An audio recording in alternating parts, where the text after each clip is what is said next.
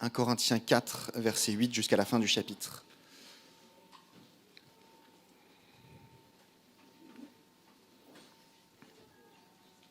Je commence la lecture. Déjà, vous êtes rassasiés ? Déjà, vous êtes riches ? Vous avez commencé à régner sans nous ? Si seulement nous pouvions régner, en effet, pour que nous aussi, nous puissions régner avec vous. En effet, il me semble que Dieu a fait de nous apôtres, les derniers des hommes, des condamnés à mort en quelque sorte, puisque nous avons été donnés en spectacle au monde, aux anges et aux hommes. Nous sommes fous à cause de Christ, mais vous êtes sages en Christ. Nous sommes faibles, mais vous êtes forts. Vous êtes honorés et nous sommes méprisés. Jusqu'à cette heure, nous souffrons de la faim, de la soif, du dénuement. Nous sommes maltraités, errants. Nous nous fatiguons à travailler de nos propres mains. Injuriés, nous bénissons. Persécutés, nous supportons. Calomniés, nous répondons avec bonté.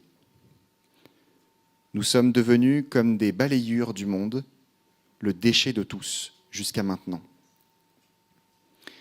Ce n'est pas pour vous faire honte que j'écris cela, mais je vous avertis comme mes enfants bien-aimés. En effet, même si vous aviez 10 000 maîtres en Christ, vous n'avez cependant pas plusieurs pères, puisque c'est moi qui vous ai donné la vie en Jésus-Christ par l'Évangile. Je vous en supplie donc, soyez mes imitateurs. Pour cela, je vous ai envoyé Timothée, qui est mon enfant bien-aimé et fidèle dans le Seigneur. Il vous rappellera quels sont mes principes de vie en Christ, tels que je les enseigne partout, dans toutes les églises. Quelques-uns se sont enflés d'orgueil en pensant que je ne viendrai pas chez vous. Mais je viendrai bientôt, si c'est la volonté du Seigneur, et je prendrai connaissance non des paroles, mais de la puissance de ceux qui se sont enflés d'orgueil. En effet, le royaume de Dieu ne consiste pas en paroles, mais en puissance. Que voulez-vous ? Que je vienne chez vous avec un bâton ou avec amour et dans un esprit de douceur ? Père, nous te remercions pour ta parole qui ne nous dit pas toujours ce que nous avons envie d'entendre. C'est en partie, c'est une des raisons pour lesquelles nous voyons que nous pouvons te faire confiance, parce que tu ne nous dis pas ce que nous voulons, tu nous dis ce qui est vrai et ce qui est nécessaire. Et donc je prie que tu nous donnes de l'humilité ce matin, que tu nous permettes de nous voir clairement et de voir clairement ce à quoi tu nous appelles. Merci Père de parler à travers ton esprit, d'être avec nous dans notre faiblesse et de montrer que c'est toi qui es fort. Au nom de ton Fils, nous le prions. Amen. Alors, maintenant, à mon tour de vous souhaiter le bienvenue à l'Église Connexion. Je m'appelle Jason, je suis un des responsables. Et si vous êtes là pour la première fois, il faut savoir que nous sommes dans une série sur la première lettre de Paul aux Corinthiens. En fait, on a commencé au chapitre 1, verset 1, et on fait notre parcours jusqu'à la fin du livre pendant les mois à venir. Depuis le début de cette série, Paul essaie d'établir un contraste entre la sagesse perçue des Corinthiens, ceux qui pensent être la sagesse, et la véritable sagesse de Dieu. Alors, la sagesse et la philosophie étaient très importantes dans cette ville à cette époque, et Paul veut que cette Église réalise que ce qui pense être de la sagesse est en réalité creux et vide, alors que l'Évangile est la vraie sagesse. Mais ce n'est pas étonnant que ce qu'il essaie de dire, ce qu'il essaie de leur montrer, leur semble illogique au début. Dans 1 Corinthiens 1,18, qu'on a vu la première semaine ou peut-être la deuxième, l'apôtre Paul dit que le message de la croix est une folie pour ceux qui périssent. On en a parlé il y a quelques semaines de pourquoi. On a parlé de pourquoi c'est le cas. Un sauveur, Jésus, qui obtient la victoire à travers la mort, ça n'a pas de sens. On dirait en tout cas. Surtout dans le contexte de Rome, de la Rome du 1er siècle. Ça n'a pas de sens. Un sauveur victorieux qui meurt au début, genre pour obtenir la victoire. Alors déjà, c'est une raison pour trouver ça illogique, ce qui Paul dit, mais ce n'est pas la seule raison. C'est aussi parce que suivre Christ signifie le suivre dans sa souffrance, dans sa faiblesse, dans sa difficulté. C'est pas seulement ce que ça a coûté à Jésus pour nous sauver qui leur semble illogique, mais ce que cela nous coûte à nous qui veulent le suivre. Et ce coût va simplement être un pas de trop pour beaucoup de gens. C'est ce dernier sujet-là, le sujet de ce que ça coûte, en quelque sorte, que Paul va aborder aujourd'hui. Dans le texte qu'on a vu la semaine dernière, Paul mettait tout son accent sur l'immaturité et l'orgueil des Corinthiens. Les gens de cette église évaluent leurs responsables, ou les responsables qui les ont influencés, pour essayer de juger quel responsable, quel leader, quel enseignant est le meilleur. Ils se servent de leurs propres opinions, leur propre cerveau, comme des armes au service de leur orgueil. Mais les outils même dont ils ont besoin pour réfléchir à ce sujet, ils ignorent que toutes ces choses viennent de Dieu et pas d'eux-mêmes. Et donc, ils n'ont aucune raison de se glorifier, ils n'ont aucune raison de se vanter que moi, j'ai trouvé le meilleur enseignant. Vous n'avez rien que vous n'avez pas reçu, Paul dit, et donc vous n'avez aucune raison de vous glorifier. Alors maintenant, il va passer de cette idée qui peut être un petit peu abstraite, l'idée des leaders qui ne sont pas des figures genre des marques de fabrique ou des figures d'orgueil pour une église, mais plutôt des serviteurs. Ça peut être un peu abstrait. Et donc, du coup, il va maintenant passer à une idée extrêmement concrète que les Corinthiens ne pourront pas nier parce qu'ils l'ont vu de leurs propres yeux. Ou plutôt une façon d'expliquer la même chose qu'ils ont vue de leurs propres yeux. Et donc, on va recommencer notre lecture au verset 8. Avant de lire, ce n'est que mon opinion, mais je m'y tiens quand même. En règle générale, surtout quand on discute avec quelqu'un en face à face, le sarcasme fait presque toujours plus de mal que de bien. Alors, je sais qu'il y a certaines personnes ici qui ne vont pas aimer ça parce que c'est votre langue maternelle, le sarcasme, mais j'y tiens quand même. Le sarcasme fait plaisir à la personne qui s'en sert. Et généralement, c'est pas assez agréable pour la personne qui le reçoit. Je ne parle pas d'un sarcasme genre un peu bon enfant où on rigole ensemble, mais de celui qui surgit quand on est en train de se disputer surtout. Et il sert presque toujours à élever une personne et à rabaisser l'autre.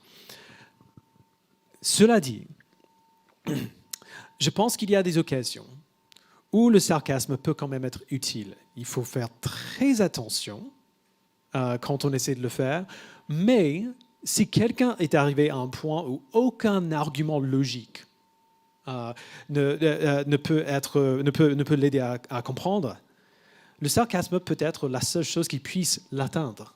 Parce que le sarcasme présente une fausse image de ce qui se passe, afin de montrer à l'autre personne qu'elle a en fait commencé à croire à cette image ridicule, à cette image fausse. Il présente un mensonge, une image ridicule, exagérée, afin de montrer à l'autre qu'elle a commencé à croire en ce mensonge-là. Et c'est ce que Paul fait ici. Il dégouline de sarcasme dans ses premiers versets. Mais il ne le fait pas pour blesser les Corinthiens. Il le fait pour les aider à voir le contraste entre eux-mêmes et les responsables qui prétendent suivre, les responsables auxquels ils se rattachent. Donc, lisons encore verset 8. Il dit, déjà, vous êtes rassasiés, déjà, vous êtes riches. Vous avez commencé à régner sans nous. Donc, quand il dit nous, il parle de lui-même et des apôtres. Si seulement vous pouviez régner en effet, pour que nous aussi, nous puissions régner avec vous. En effet, il me semble que Dieu ait fait de nous, apôtres, les derniers des hommes, des condamnés à mort en quelque sorte, puisque nous avons été donnés en spectacle au monde, aux anges et aux hommes. Nous sommes fous à cause de Christ, mais vous êtes sages en Christ. Nous sommes faibles, mais vous êtes forts.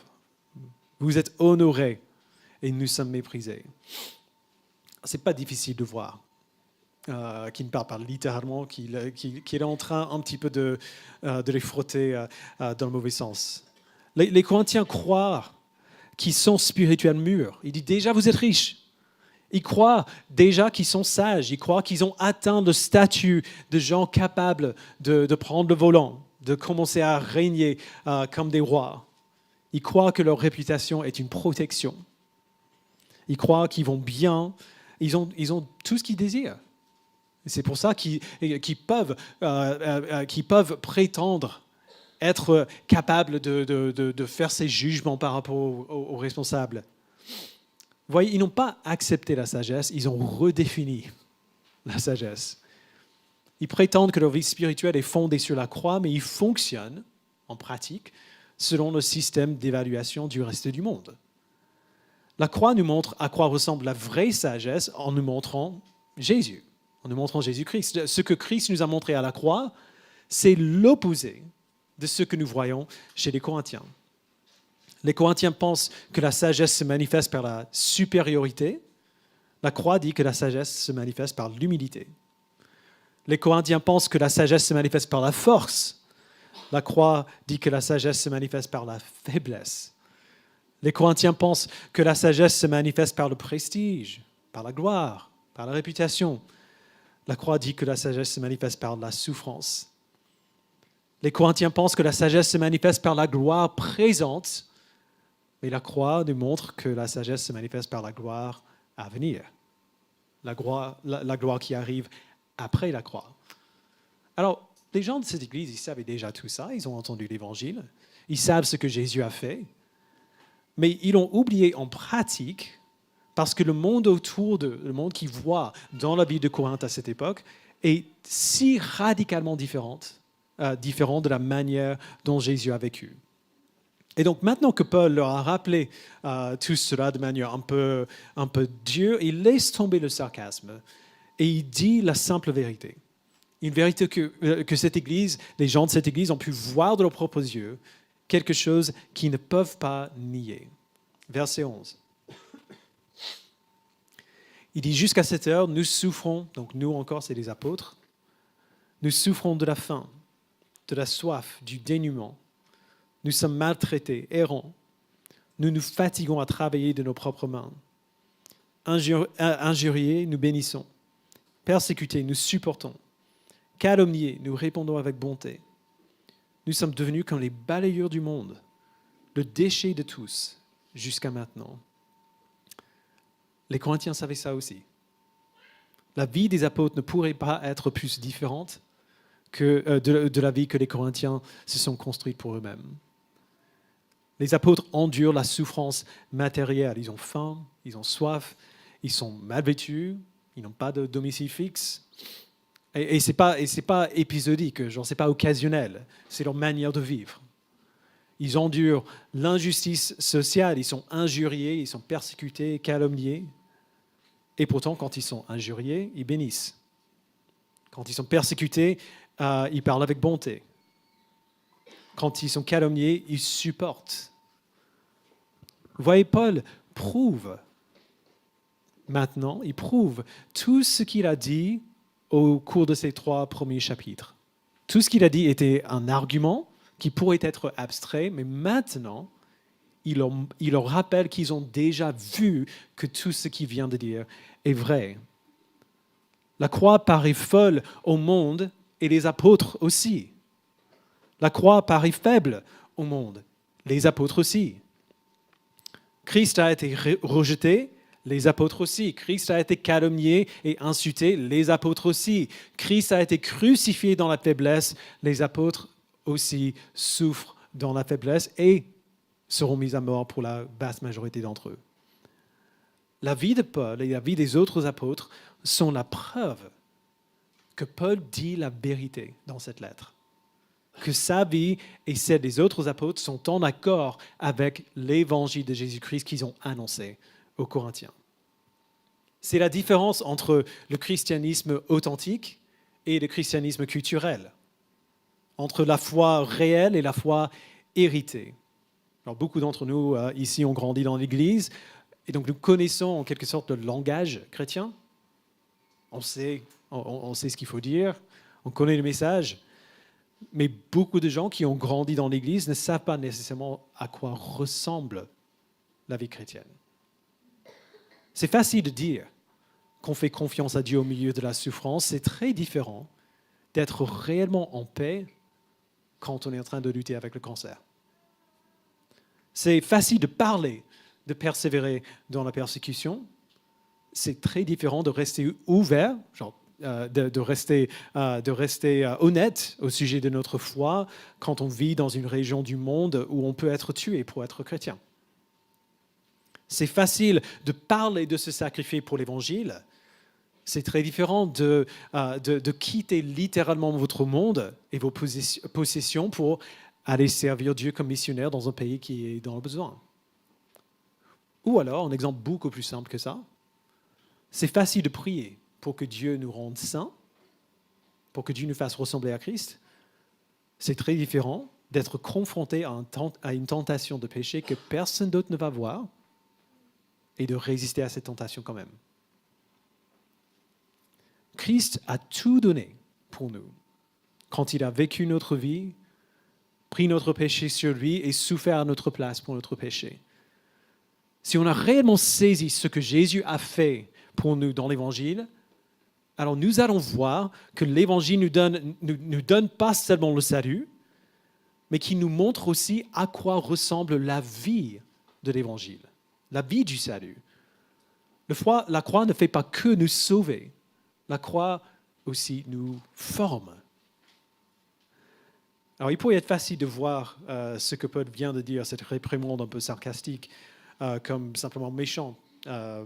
Mais ce n'est pas son intention. Il veut aider les Corinthiens à voir plus clairement parce qu'il les aime. Verset 14, il dit « Ce n'est pas pour vous faire honte que j'écris cela, mais je vous avertis comme mes enfants bien-aimés. En effet, même si vous avez 10 000 maîtres en Christ, vous n'avez cependant pas plusieurs pères, puisque c'est moi qui vous ai donné la vie en Jésus-Christ par l'Évangile. Je vous en supplie donc, soyez mes imitateurs. Pour cela, je vous ai envoyé Timothée, qui est mon enfant bien-aimé et fidèle dans le Seigneur. Il vous rappellera quels sont mes principes de vie en Christ, tels que je les enseigne partout, dans toutes les églises. » Alors, je vais être honnête. Si vous étiez là les semaines dernières, vous allez comprendre ce que je veux dire. Venant après tout ce que Paul a dit dans les 3 premiers chapitres sur le fait que les Corinthiens ne devraient pas être aussi attachés à tel ou tel responsable, j'ai trouvé ce qu'il dit ici un peu déroutant au début. Mais si on le prend dans le contexte de ce qu'il vient de dire, dans le contexte de ce passage, ça a du sens quand même. Il dit, vous avez 10 000 maîtres en Christ, 10 000 guides, mais vous n'avez pas plusieurs pères. Il se dit leur père, non pas parce qu'il estime que les Corinthiens lui doivent une loyauté, mais parce que c'est lui, Paul, qui leur a présenté l'Évangile pour la première fois. C'est à travers la prédication que lui il a apportée qu'ils ont rencontré Christ. Et parce qu'ils ont vu que l'enseignement que Paul a apporté est digne de confiance. Ils l'ont vu à l'œuvre dans la vie de Paul qu'il a vécu devant leurs yeux quand il était avec eux. Il y a plusieurs semaines, j'ai mentionné le fait que mon papa était capable de me discipliner plus efficacement que ma mère. Alors, je l'ai dit assez maladroitement parce que j'ai donné l'impression que je ne prenais pas ma mère au sérieux et ce n'est pas vrai. Mais mon père était différent, en partie à cause de son ton, de son attitude, mais aussi parce que mon père était pour moi l'image de ce que moi, jeune homme, je voulais devenir. Quand je regardais mon père, je voyais une image de ce à quoi ressemble un homme mûr, un chrétien mûr. Même si je n'étais pas chrétien, au moins je voulais être comme lui en tant qu'homme. Et c'est pour ce type de relation-là que Paul argumente ici. Il ne veut pas que les Corinthiens lui soient loyaux.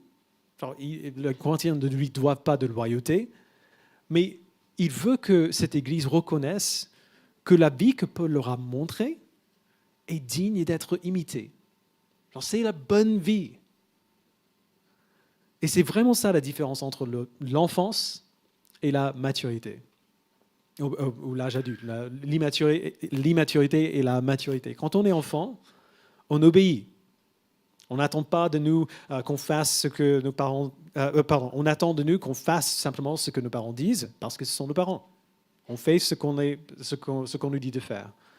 Quand on est plus âgé, nos parents ne peuvent plus s'attendre à cette même obéissance de notre part, parce qu'on on vit plus sous leur autorité. Mais si on a de bons parents, nos parents espèrent quand même qu'on sera capable de reconnaître les bonnes choses qu'ils nous ont enseignées et de les faire par nous-mêmes. Non pas par obéissance, mais juste parce que c'est la bonne chose à faire. C'est ça le problème des Corinthiens. Ils ont accumulé des voix, mais ils ont résisté à la formation. Toutes ces voix qu'ils écoutent étaient bonnes. Paul les a nommées au début de ce livre. Il a parlé de lui-même, il a parlé d'Apollos, Céphas, et Jésus lui-même. Ce sont des bonnes voix. Ils ont beaucoup de voix, ils ont beaucoup de guides, mais ils ont résisté à la formation que ces voix voulaient produire. Alors Paul les supplie maintenant de se laisser former, non pas par ce qu'il dit, mais par son exemple. Leur propre naissance spirituelle est venue à travers, non pas la gloire de Paul, mais à travers sa souffrance, à travers l'annonce fidèle de l'Évangile et le sacrifice qu'il fallait pour pouvoir l'annoncer. Mépriser le modèle de vie que Paul leur a présenté, c'est mépriser leur propre histoire. Et ce modèle que Paul leur a montré, c'est bel et bien la puissance dont il parlait avant, au chapitre 2. Vous vous en souvenez, au début du chapitre 2, verset 3, il dit « J'ai été, quand j'étais avec vous, faible, craintif et tout tremblant chez vous. Ma parole et ma prédication ne reposaient pas sur les discours persuasifs de la sagesse humaine, mais sur une démonstration d'esprit et de puissance, afin que votre foi soit fondée non sur la sagesse des hommes, mais sur la puissance de Dieu. » Paul n'est pas venu avec un discours élevé et une brillance philosophique. Il est venu dans la faiblesse, dans la crainte, dans le tremblement. Il leur a montré que la vraie puissance de l'Évangile ne vient pas de lui, Paul, mais de Dieu lui-même. Et maintenant, l'Église a un exemple similaire en Timothée, qui est l'apprenti de Paul, que Paul a envoyé vers les Corinthiens. Timothée vit comme Paul, il a vécu. Il est là pour montrer aux Corinthiens que le modèle des apôtres était à la fois cohérent et aussi transmissible. Donc, ce n'est pas cette vie de souffrance et de faiblesse dont il parle. Ce n'est pas que pour les apôtres. Ce n'est pas que pour les missionnaires. Ce n'est pas que pour des gens qui donnent tout pour le ministère de l'Évangile. Il dit bel et bien, soyez mes imitateurs. Vous, chrétiens ordinaires, soyez mes imitateurs. Paul leur dit tout cela, leur rappelle sa vie et leur envoie Timothée pour leur dire, nous ne sommes pas, nous les apôtres, nous les enseignants, nous les leaders, on n'est pas des innovateurs. On est des disciples de Christ. Vivez comme nous. Soyez des disciples de Christ comme nous le sommes. Alors, la venue de Timothée peut être prise comme un signe que Paul passe le relais et du coup les Corinthiens n'ont plus vraiment besoin de le prendre au sérieux, de prendre Paul au sérieux. La distance vis-à-vis de Paul a produit un sentiment un peu gonflé de leur propre importance à eux. Mais Paul prévoit de revenir, il dit. Et quand il le fera, il dit que la vérité sera mise en lumière. Verset 18. Il dit « Quelques-uns se sont enflés d'orgueil en pensant que je ne viendrai pas chez vous. Mais je viendrai bientôt, si c'est la volonté du Seigneur, et je prendrai connaissance non des paroles, mais de la puissance de ceux qui se sont enflés d'orgueil. En effet, le royaume de Dieu ne consiste pas en paroles, mais en puissance. Que voulez-vous? Que je vienne chez vous avec un bâton, ou avec un amour et dans un esprit de douceur? » Vous voyez, Paul revient maintenant au début, avant de passer à d'autres sujets. On a déjà lu le verset 18 du chapitre 1, qui a dit tout au début, le message de la croix est une folie pour ceux qui périssent, mais pour nous qui sommes sauvés, il est la puissance de Dieu. Si le message de la croix est la puissance de Dieu pour ceux qui sont sauvés, alors ce n'est pas surprenant que la vie dans le royaume de Dieu consiste en cette même puissance. Une puissance qui ressemble à une folie. Les Corinthiens ont supposé que des paroles impressionnantes des arguments impressionnants confèrent en quelque sorte l'autorité. Mais ce n'est pas à ça que ressemble la vraie puissance et l'autorité du royaume. La puissance du royaume ne consiste pas en éloquence ou en charisme, mais en persévérance, en sainteté et en amour sacrificiel. Donc vous voyez le paradoxe qu'il a mis en place au début de cette lettre, il reste pareil ici. La vraie puissance ne ressemble pas à de la force pour ceux qui sont en dehors du royaume, elle ressemble à de la faiblesse. La vraie puissance ne ressemble pas à de la sagesse pour ceux qui sont en dehors, elle ressemble à de la folie. Un des signes les plus convaincants de la maturité, c'est de ne pas ressentir le besoin de se battre même quand on sait qu'on peut gagner. De ne pas avoir besoin d'impressionner même quand on sait qu'on est capable d'impressionner. Si un petit enfant, genre il y a plein d'enfants ici, un petit enfant vient vers vous et vous montre à quel point il est rapide. Regarde comment je cours vite. Il peut courir d'un bout de la pièce à l'autre. Qu'est-ce que vous n'allez pas faire? Vous, adultes. Vous n'allez pas dire, mais reviens. Mais n'importe quoi. Je peux faire tellement plus vite que ça. Si vous êtes mûr, si vous êtes grand, vous n'avez pas besoin de vous prouver à ceux qui sont immatures. Si vous êtes grand, si vous êtes mûr, vous n'avez pas besoin d'être impressionnant pour établir votre maturité. C'est cela que Paul va examiner quand il viendra voir les Corinthiens. Pas le talent, mais la formation, genre de comment les Corinthiens se sont formés, comment ils ont grandi. Et il y aura deux issues possibles à ce qu'il va trouver. Soit il viendra avec un bâton, c'est-à-dire avec correction et discipline, soit avec un esprit de douceur, c'est-à-dire encouragement et consolation. Alors, c'est que mon opinion. Mais je ne pense pas que Paul veut dire par ça que si les Corinthiens ne peuvent pas être mûrs avant son arrivée, ne peuvent pas grandir avant son arrivée, il va débarquer en mode attaque pour les ridiculiser.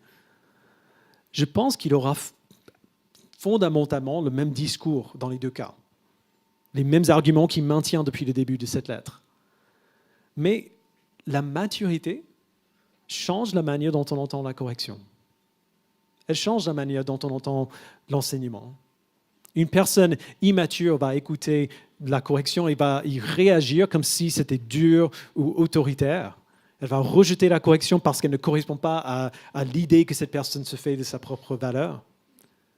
Une personne mûre va écouter la correction, même si elle est désagréable, et elle va la reconnaître comme utile, comme bénéfique. Une personne mûre est encouragée par la perspective de grandir encore, même si ça fait un peu mal d'y arriver. Encore une fois, la puissance ressemble à de la faiblesse. C'est normal qu'on ait besoin de correction. Donc, je l'ai vu tellement de fois dans l'Église, des chrétiens qui se fâchent quand il y a un frère ou une sœur qui vient les voir pour dire « je pense que là, tu devrais faire attention » ou « je pense que là, tu ne devrais pas faire ça ». Il dit ça parce que la Bible dit « ne faites pas ça ».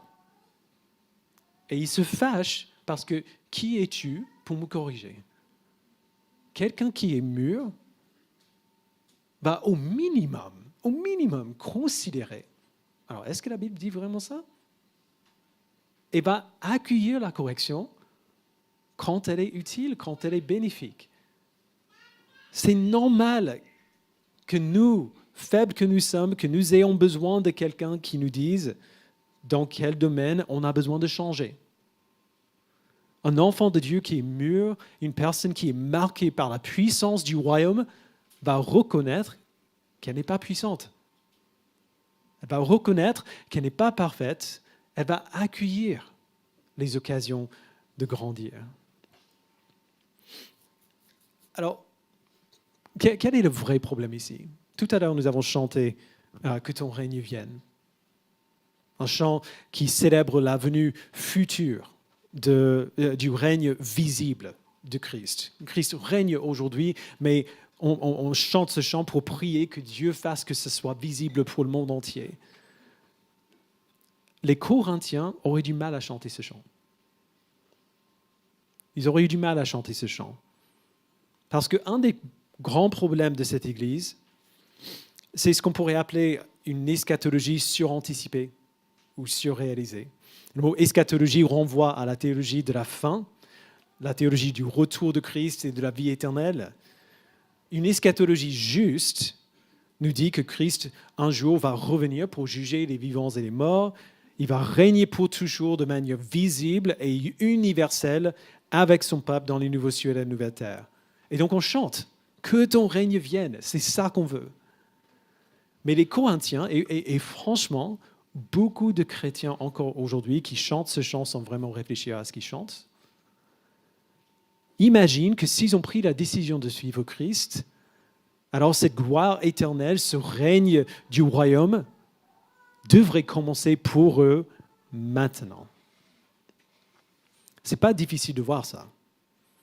Pensez au nombre de personnes qui ont quitté la foi chrétienne ou qui, au minimum, ont traversé des doutes extrêmes parce que leur vie ne s'est pas améliorée quand elles ont décidé de suivre Christ.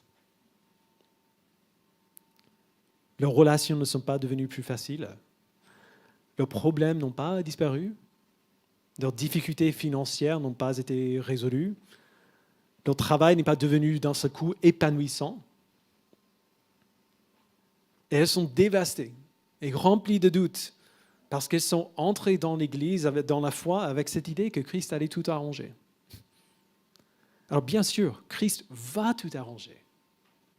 Il n'a juste pas promis de le faire tout de suite. Les apôtres sont un merveilleux exemple de cela. Paul ne présente jamais les apôtres comme des héros. Il les présente comme façonnés d'après Jésus-Christ. Ils sont déshonorés, ils sont faibles, ils sont rejetés, ils souffrent, en tout cas aux yeux du monde. Il ne s'agit pas, ce déshonneur, ces calomnies, il ne s'agit pas des difficultés accidentelles. C'est ça le rappel. Vivre comme Christ a vécu. On ne peut pas avoir la puissance de la résurrection sans l'humilité de la croix. Christ règne aujourd'hui, absolument. Et un jour, il va régner à la vue de toute la création et son peuple régnera avec lui. Mais pendant sa vie, Christ n'a pas été valorisé. Il a été méprisé et rejeté. Il a eu un ministère extraordinaire pendant un temps. Mais ce ministère s'est terminé quand même par le rejet de son propre peuple, par l'abandon de ses disciples, par de fausses accusations et finalement par la mort. En ce qui concerne la vie chrétienne pratique, si vous voulez voir la grâce de Jésus-Christ, il faut voir que sa grâce se voit pas seulement dans le fait, non pas dans le fait qu'il nous empêche de souffrir, mais plutôt dans le fait qu'il nous a précédés dans la souffrance. Pour nous montrer que la lutte présente, la faiblesse présente, la souffrance présente ne sont en aucun cas un signe d'échec, un signe que notre foi est légitime. Le royaume de Dieu ne consiste pas en paroles, mais en puissance, et cette puissance ressemble souvent à de la faiblesse. Alors pour conclure, essayons de nous mettre à la place des Corinthiens. Si nous, l'Église Connexion, si nous recevions cette lettre de l'apôtre Paul, si Paul nous avait écrit, comment est-ce qu'on recevrait sa lettre? Est-ce qu'on reconnaîtrait en nous-mêmes une impatience face à la faiblesse ou à la souffrance?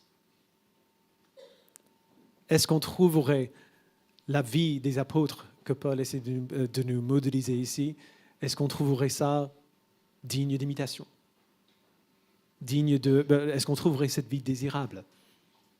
Non pas à cause de la vie elle-même, mais à cause de la gloire future qu'elle a en vue. Est-ce qu'on reconnaîtrait en nous un désillusionnement facile quand on traverse des temps difficiles? Est-ce qu'on reconnaîtrait en nous-mêmes une fascination pour le statut ou un sens exagéré de notre propre valeur? Si notre réponse à ces questions est oui, et je pense que honnêtement, c'est le cas pour la plupart d'entre nous, dans une certaine mesure, si on est honnête, alors ce que Paul dit ici s'applique totalement à nous. Ce n'est pas seulement pour une église bancale au point, aussi bancale que l'église de Corinthe. La croix ne nous accorde pas seulement le salut, elle guide aussi notre formation. La maturité n'est pas, il ne s'agit pas de dépasser la souffrance, mais d'être façonné à travers la souffrance. Si on prête attention à la Bible, on le voit sans cesse. Le Dieu de tous les miracles conduit le plus souvent son peuple à la maturité à travers l'incompréhension, le rejet, la perte de réputation, la persévérance dans la souffrance. C'est comme ça qu'il nous fait grandir en conformité à son Fils, la vaste majorité des fois. On peut être certain que personne qui a grandi dans sa ressemblance à Christ n'y est parvenu sans lutte. Personne qui ressemble à Jésus-Christ aujourd'hui ou qui nous montre la vie chrétienne que nous avons envie de vivre, qui est vraiment une vie en conformité à Christ, personne n'est arrivé à ce point-là sans souffrance, sans lutte, sans difficulté. Et personne qui a réellement grandi dans sa ressemblance à Christ ne se glorifiera d'avoir réussi à le faire, d'avoir réussi à être un peu plus comme Christ. Ils vont voir ce que Dieu a fait en eux, ils lui en sont reconnaissants et ils se glorifieront en lui. La puissance de Dieu qui couvre de honte les forts ne se trouve pas principalement dans les miracles. Chaque religion du monde se vante des signes miraculeux. Elle ne se trouve pas principalement dans l'influence. Chaque grande religion a une influence significative dans le monde. Elle ne se trouve pas dans le succès. Alors ça, c'est la mesure du reste du monde pour juger la vérité. La vraie puissance de Dieu se trouve ou se voit dans son peuple quand ils grandissent en sainteté, quand ils persévèrent fidèlement dans l'épreuve et quand ils aiment comme Christ a aimé alors qu'ils sont sous pression. C'est ça la puissance de Dieu que Paul nous montre ici. C'est la puissance de Dieu honnêtement que j'ai envie de voir en moi-même. Et c'est la puissance de Dieu pour laquelle je prie de voir dans notre Église. Donc je vous invite à prier.